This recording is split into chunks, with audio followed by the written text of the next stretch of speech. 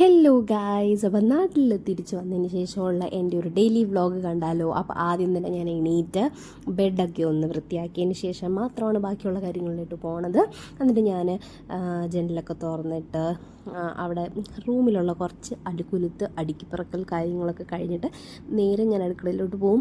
അപ്പോഴേ നമ്മുടെ താരം എണീറ്റിട്ടുണ്ടായിരുന്നു. അവൻ അവിടെ ഇരുന്ന് അവിടെ ഇരുന്ന് കളിക്കുന്നുണ്ടായിരുന്നു. അപ്പം ഞാനിപ്പോൾ സ്ഥിരമായിട്ട് ചെയ്യുന്ന ഒരു കാര്യമുണ്ട്. ഞാൻ വചനം എല്ലാ ദിവസവും ഞാൻ എടുത്ത് നോക്കാറുണ്ട്. അത് എടുത്ത് നോക്കി വായിക്കുമ്പോൾ മനസ്സിനൊരു സന്തോഷം, സമാധാനം. അത് കഴിഞ്ഞിട്ട് നേരെ ഞാൻ പോയി പല്ലൊക്കെ തേച്ച് ഒന്ന് ഫ്രഷായി മുഖമൊക്കെ കഴുകി ഒന്ന് സെറ്റാവുന്നുണ്ട്. എന്നിട്ട് നേരെ നമ്മുടെ അടുക്കളയിലോട്ട് പോകും. അടുക്കളയിലോട്ട് പോയതിന് ശേഷം ഇന്ന് ഞാൻ വിചാരിക്കുന്നത് ദോശയും സാമ്പാറും ഒക്കെ വെക്കാമെന്നാണ് വിചാരിക്കുന്നത്. അപ്പം മാവൊക്കെ ഓൾറെഡി കലക്കി സെറ്റാക്കി വെച്ചിട്ടുണ്ടായിരുന്നു. അങ്ങനെ നേരെ ഞാൻ അടുക്കളയിലോട്ട് പോവുകയാണ്.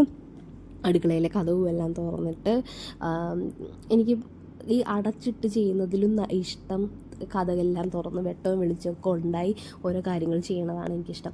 അപ്പം ഞാൻ നേരെ സാമ്പാറിനുള്ള പരിപാടിയാണ് ചെയ്യണത്. മലക്കറിയെല്ലാം അരിഞ്ഞ് പറക്കി സെറ്റാക്കുന്നുണ്ട്.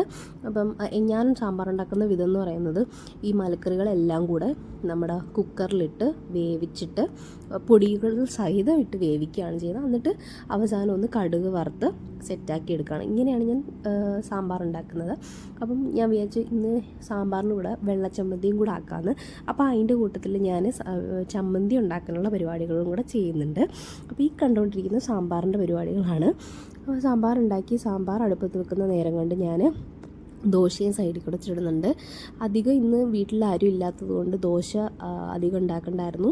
എനിക്കും അമ്മയ്ക്കും ചേട്ടനും മാത്രം മതിയായിരുന്നു. പിന്നെ കുഞ്ഞിനൊരു ദോശയും കൂടെ ഉണ്ടാക്കാൻ അവനൊരെണ്ണേ കഴിക്കത്തുള്ളൂ. അപ്പം ദോശയും ചുട്ട് സൈഡിൽ കൂടെ നമ്മുടെ സാമ്പാർ വേവുന്നുണ്ട്, പിന്നെ ചമ്മന്തി ആക്കുന്നുണ്ട്. അപ്പം അത് ഞാൻ കഴിച്ച് വയറക്കം നിറയ്ക്കുന്നുണ്ട്. അതിന് ശേഷം നേരെ പോയിട്ട് ബാക്കിയുള്ള അടുക്കി പറക്കലും തട്ടിത്തൂക്കലും പരിപാടിയൊക്കെയാണ്. പെട്ടെന്ന് പൊടി പിടിക്കും. ഇപ്പോഴത്തെ കാലാവസ്ഥയുടെ എന്താണെന്ന് അറിയത്തില്ല, നല്ല പൊടിയും കാര്യങ്ങളും എല്ലാ ദിവസവും പിടിക്കാറുണ്ട്. അപ്പോൾ എല്ലാ ദിവസവും ഇങ്ങനെ തുടയ്ക്കുന്നത് ഒരു ശീലമായിട്ട് മാറി ഇവിടെ വന്നതിന് ശേഷം കേട്ടോ. ഓക്കെ. അപ്പം ആദ്യം തന്നെ എൻ്റെ റൂം വൃത്തിയാക്കിയിട്ടേ ഞാൻ ബാക്കിയുള്ള ഇടങ്ങളിലോട്ട് പോകാറുള്ളൂ ഗൈസ്. അപ്പോൾ ആദ്യം തന്നെ എൻ്റെ റൂമെല്ലാം വൃത്തിയാക്കി. അപ്പോൾ ഞാനത് ക്രിസ്മസ് ട്രീ വെച്ചിട്ടുണ്ടായിരുന്നു. ക്രിസ്മസ് ഒക്കെ വരികയല്ലേ. പക്ഷേ കഴിഞ്ഞ വട്ടം വെച്ച സാധനം ക്രിസ്മസ് ട്രീയിൽ തൂക്കിയിടുന്ന ഒരു സാധനങ്ങൾ ഈ വർഷമായപ്പോഴത്തേക്ക് കാണുന്നില്ല എന്നുള്ളതാണ് വേറൊരു സത്യം. അപ്പോൾ അതിനുള്ള സാധനങ്ങളൊക്കെ ഇനി മേടിക്കണം. ഞാൻ എന്തായാലും ക്രിസ്മസ് ട്രീ അങ്ങ് വെച്ചു. ഒരു ലൈറ്റും കൂടെ ഒന്ന് സെറ്റാക്കി കൊടുത്തു എന്നേ ഉള്ളൂ. അതിന് ശേഷം അമ്മേൻ്റെയും ചേട്ടൻ്റെയൊക്കെ റൂം വൃത്തിയാക്കി ഇടുന്നുണ്ട്, ഷീറ്റൊക്കെ വെച്ച് സെറ്റാക്കുന്നുണ്ട്. അപ്പോൾ അമ്മ ഇവിടെ തുണി എൻ്റെ മടക്കി വെച്ചിട്ടുണ്ടായിരുന്നു. അങ്ങനെ അതും ഞാൻ കൊണ്ട് അലമാരിക്കകത്ത് വെക്കുന്നുണ്ട്. ഇങ്ങനെ വലിച്ചു വാരി ഇടുന്നൊന്നും ഇഷ്ടമല്ല. അതുകൊണ്ട് ഞാൻ എല്ലാം എപ്പോഴും സെറ്റാക്കി വെക്കാറുണ്ട്. അങ്ങനെ എല്ലാം ഒതുക്കിയതിന് ശേഷം അടുത്ത ഉച്ചയ്ക്കുള്ള ആഹാരത്തിന് വേണ്ടിയിട്ട് അടുക്കളയിലോട്ട് കയറും. അപ്പോഴത്തേക്ക് നമ്മുടെ കുഞ്ഞുറങ്ങിയിട്ടുണ്ടായിരുന്നു. കളിച്ച് താരം ഇരുന്ന് ഉറങ്ങിയായിരുന്നു.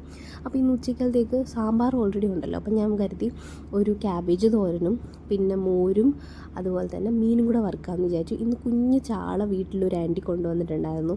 അപ്പോൾ ഞാൻ അത് ഒന്ന് വറുക്കാമെന്ന് വിചാരിച്ചു. അപ്പം നേരെ ഞാൻ ക്യാബേജ് തോരനുള്ള പരിപാടികൾ ചെയ്യുകയാണ്. അപ്പോൾ തോരന് വേഗം അടുപ്പത്തോട്ടങ്ങ് വെച്ചു. ഒരു സാധനം അടുപ്പത്തിരിക്കുന്ന സമയം കൊണ്ട് ഞാൻ അടുത്ത കാര്യങ്ങൾ ചെയ്യാറാണ് പതിവ്. വെറുതെ എന്തിനാണ് സമയം ചിലവാക്കുന്നത്. അപ്പോൾ ഇങ്ങനെ നമ്മൾ ചെയ്യുമ്പോഴത്തേക്ക് ഏകദേശം നമ്മുടെ പണി പെട്ടെന്ന് തന്നെ ഉച്ചയ്ക്കത്തേക്കൊക്കെ ഉള്ള പരിപാടിയായാലും എല്ലാ പരിപാടികളായാലും ഒരു 12 മണിക്കകത്ത് തീരാറുണ്ട്. അപ്പോൾ ഞാൻ നേരെ നമ്മുടെ ക്യാബേജ് തോരൻ ആവുന്ന സമയം കൊണ്ട് സൈഡിൽ കൂടെ നമ്മുടെ ചാളയും കൂടെ അങ്ങ് വറുക്കുന്നുണ്ട്. എനിക്കാണെങ്കിൽ മീൻ വറുക്കുമ്പോഴത്തേക്ക് എണ്ണയിൽ ഇങ്ങനെ മുങ്ങി നിൽക്കണം. ഞാൻ ചാളയും വറുത്തു. അതുപോലെ തന്നെ തോരൻ റെഡിയായ സമയം കൊണ്ട് നമ്മുടെ മോര് റെഡിയായി. എല്ലാം പെട്ടെന്നായിരുന്നു ഗൈസ്.